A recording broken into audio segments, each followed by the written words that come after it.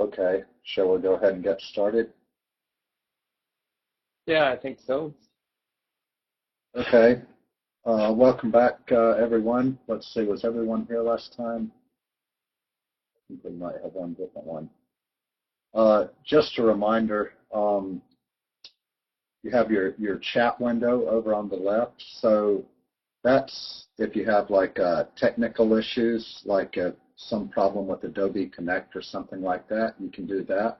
If you have a question that's related to Pilot or meshing or any of the tutorials, it's good if you type it down in the question and answer part, because then that way it's saved for people to look at later on. So anyway, I'm going to talk to you now about just some basics of how you would go about meshing geometry that's a bit more complex than what Brad showed in the first example.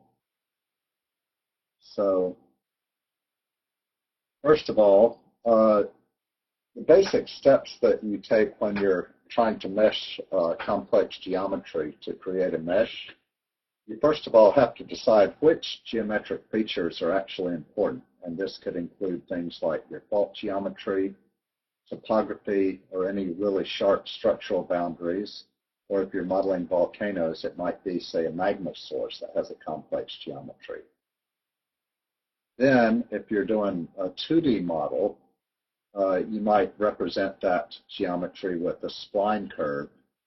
Or if you're doing 3D, you might represent it as a NURBS surface. And you can do both of those within Qubit.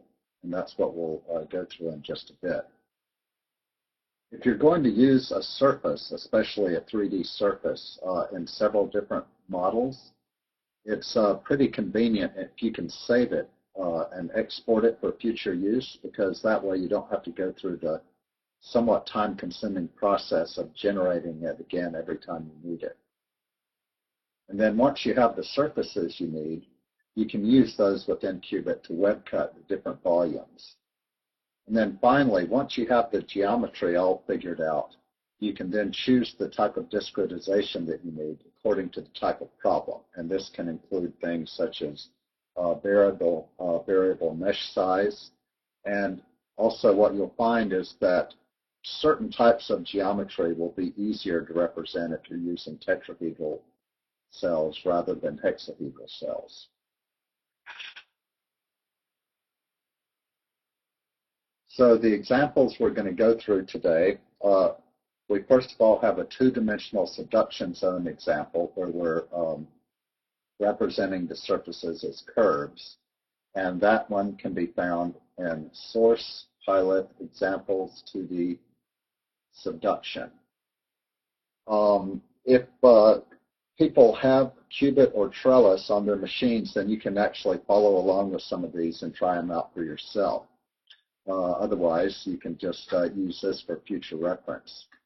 So in the 2D subduction zone example, we're going to be representing the top of the slab and the bottom of the slab, and then finally we're going to have some topography and bathymetry that we're going to include. Then we'll move on to a three-dimensional subduction zone example where we're representing the surfaces as NURBS representations. And here's the location where you can find that example problem. And for this one, we're going to have the subduction interface geometry, and then we're going to include a splay fault coming up from the subduction interface. And then finally, we're going to have very simple topography and bathymetry. And then the final thing we're going to look at is a meshing problem where the mesh itself is actually very simple, but we're going to see how we can use Qubit's sizing function to vary the mesh, the discretization size of the mesh and